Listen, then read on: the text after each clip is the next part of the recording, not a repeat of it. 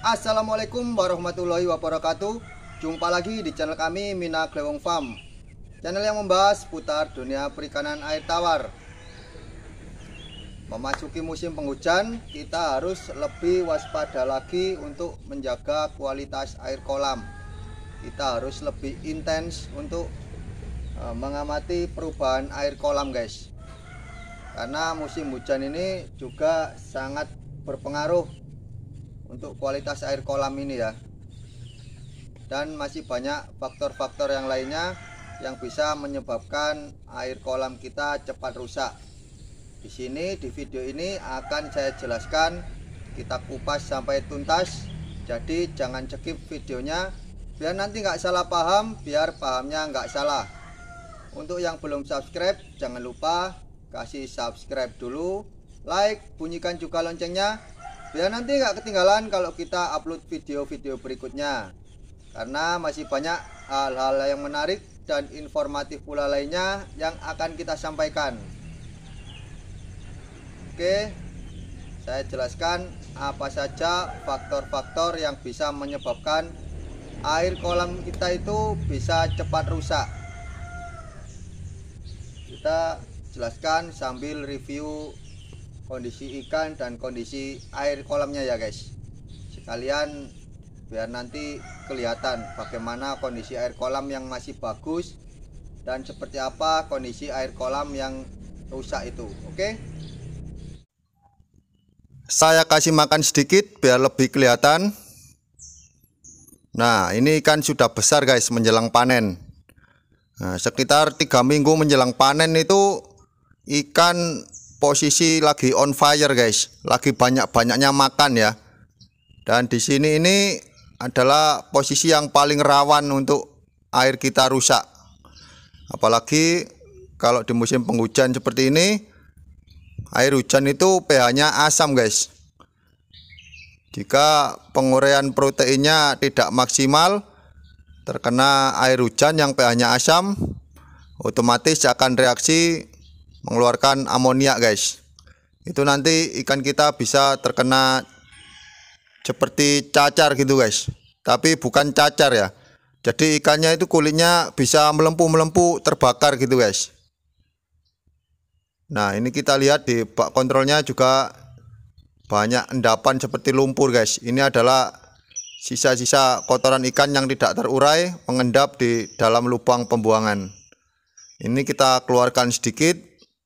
Kita kuras sekitar 10% sampai 15% saja. Kemudian kita isi lagi sampai penuh. Oke, kita kontrol posisi yang lainnya.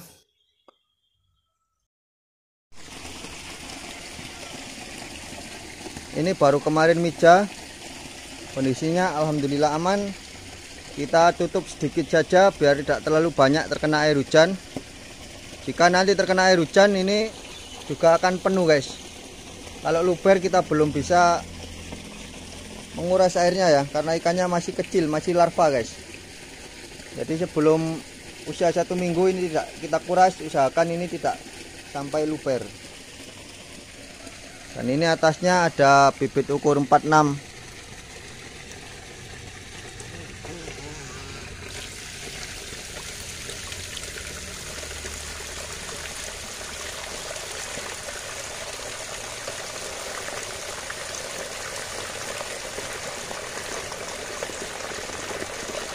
Ini kelihatannya masih jernih tapi ini bau guys. Karena kita airnya tidak memakai probiotik ya. Kondisi airnya juga sudah berbusa. Ini tanda-tandanya sudah menurun kualitas airnya. Ini ikannya cuma 1000 ekor, kita tebar longgar. Kondisi airnya masih aman.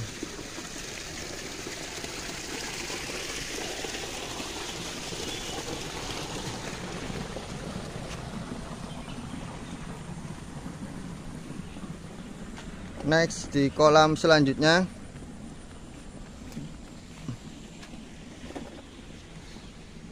ini ikan ukur 79 mau kita tebar nanti sore. Sudah saya siapkan di sebelah sana guys kolamnya. Nah, ini juga sudah mulai rusak airnya. Ini kita kurangi juga airnya guys, nanti kita kocor dengan air baru lagi.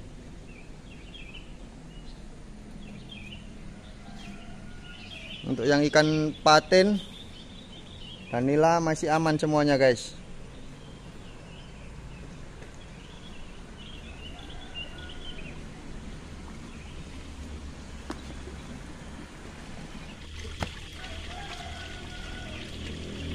Oke guys, langsung saja saya jelaskan faktor-faktor apa saja yang bisa menyebabkan air kolam kita cepat rusak dan apa hubungannya dengan musim hujan. Yang pertama adalah padat tebar. Semakin kita tebar padat, air kolam kita cepat rusak guys, karena kotoran yang dikeluarkan oleh ikan juga jumlahnya semakin banyak tentunya. Jadi faktor yang mempengaruhi rusaknya air kolam ini lebih banyak guys, karena jumlah kotoran yang dikeluarkan ikan itu lebih banyak. Lalu yang kedua, pola makan dan kualitas pakan. Kalau pemberian pakan kita terlalu banyak, semakin bagus pakan kita, itu air kolam kita akan juga cepat rusak. Karena kita tahu pakan pelet untuk ikan lele ini harus protein tinggi ya, tidaknya di atas 30%. Kalau di bawahnya itu tidak jaminan untuk kita mendapatkan laba dalam budidaya lele guys. Nah, semakin tinggi proteinnya itu juga akan semakin cepat merusak kualitas air kolam. Apalagi kalau kita pemberiannya terlalu banyak guys. Jadi pencernaan ikan itu tidak maksimal, dikeluarkan masih banyak mengandung protein. Dan protein yang terurai itu akan menimbulkan amonia. Itu juga akan merusak kualitas air kolam. Lalu yang ketiga adalah intensitas sinar matahari. Jika posisi kolam kita kurang panas, air kolam juga akan cepat rusak. Karena sinar matahari juga bisa menguraikan kotoran-kotoran yang ada di kolam ini guys. Untuk proses pembusukan itu juga membutuhkan cahaya matahari. Makanya kalau memasuki musim hujan seperti ini, cahaya matahari itu sangat minim guys. Dan sekarang beberapa hari ini di sini hujannya sore guys, antara pukul 14 sampai 16 ya. Itu karena biasanya di sini pukul 14 itu panas-panasnya guys. Sekarang sudah mendung karena masuki musim hujan. Jadi yang biasanya sinar matahari itu membantu proses penguraian air kolam sampai sore, sekarang cuma setengah hari saja guys, sampai pukul 13 itu panasnya. Setelah itu sudah mendung lalu hujan. Maka dari itu di video saya sebelumnya, saya ingat saya itu pernah menjelaskan guys, posisi atau cara menentukan saat pembuatan kolam itu tempatnya yang bagus seperti apa, yaitu tempatnya yang terkena panas sinar matahari full. Dan jika kolam kita dangkal, kita bisa mengakalinya dengan menggunakan paranet atau jaring seperti ini, atau kita tutup dengan apa saja itu yang bisa kita gunakan untuk atap ya. Kita tutup setengah gitu sudah beres guys. Dibandingkan jika kolam kita teduh atau di bawah pepohonan tidak terkena panas sinar matahari, itu lebih susah. Yang pertama karena sudah tidak terkena panas. Lalu yang kedua, daun-daun dari pepohonan itu bisa masuk ke kolam dan mengotori air kolam. Dan proses pembusukannya juga pasti akan merusak kualitas air kolam.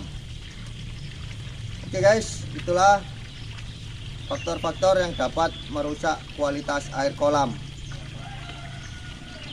Untuk Anda pembudidaya lele khususnya pemula, saya mengingatkan sekali lagi, waspada memasuki musim penghujan. Sekian, terima kasih, semoga bermanfaat. Salam sukses petani ikan air tawar. Wassalamualaikum warahmatullahi wabarakatuh.